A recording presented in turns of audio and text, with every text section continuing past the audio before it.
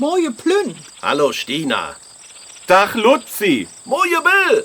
Was geht it, Plünn?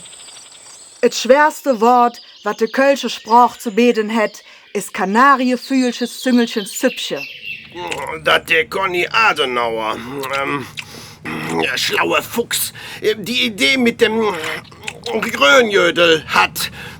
Da war Arschjod. Nur, dass ich ganz allein de Wies mähen muss. Also, das finde ich nicht blöd. Och, wie siehst du denn aus? Euch da ist schon ein Jans in rosa. Rosa? Aber das ist doch vollkommen out. Pink, das ist in. Nee, pink ist out. Rosa ist in. Mann, die Flamingos jammer hüg ganz schön ob der Höcker. Pink, rosa, pink, nee, rosa. Maru, hör op, bitte zweibeinige Norberschaft in de Finster zu lore. In meiner Eigenschaft als Vorsitzender der KG Echte Pinguino von Anno dazumal erkläre ich die Badesitzung für eröffnet. Das Wasser von Kölle ist Jod. Gut, ihr Ameise, gut bei mich bei. Gut, ihr Ameise, gut bei mich bei. Ameise. Ein lecker Hemmsche Würmerleber.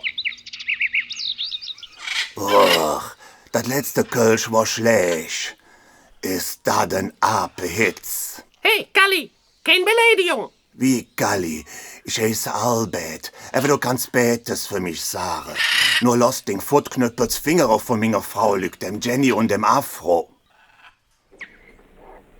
Darf der dat dann? Der darf dat. Dat der dat darf? Ah, die doch nix über ne leckere Metthappe. Nur, wo sind dann de Öllig?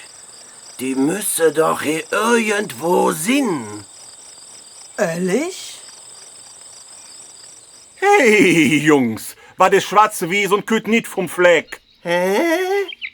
Klebra.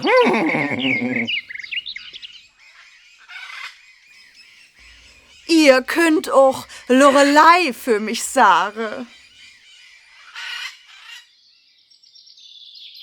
Wo lauft er dann hin? Wo lauft er dann all hin? Ach, die Verwandtschaft aus Japan, de Schneeape sind auf Besuch gekommen. Ach, die erzählen uns luter doll Geschichte. Vom Bade in heiße Quelle.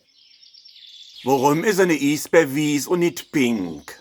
Ja, warum dann? Weil er sonst Himbe heißen tät.